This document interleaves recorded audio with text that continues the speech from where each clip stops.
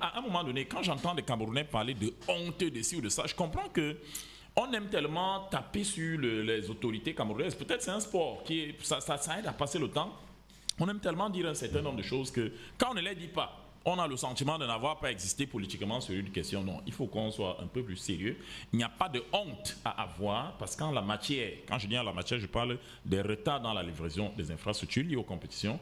Le Cameroun n'invente ni le fil à couper le beurre, ni la poudre à canon. Il se fait ici ce qui se fit dans d'autres pays pour des compétitions parfois même plus grandes.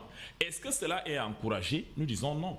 Nous disons non, nous prenons ces exemples-là parce que j'ai suivi mon ami du PCRN qui là encore a contredit son président et vous avez bien fait le relever.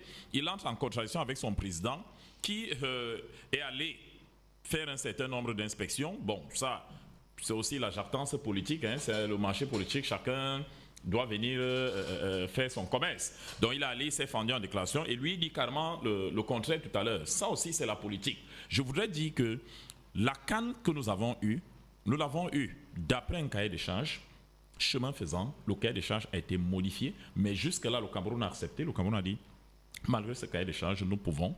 Il y a un certain nombre de choses qui se sont passées. Il vous souvenir de cette guerre entre le gouvernement camerounais, je pense que c'était l'entreprise, c'est Pichini, qui avait commencé.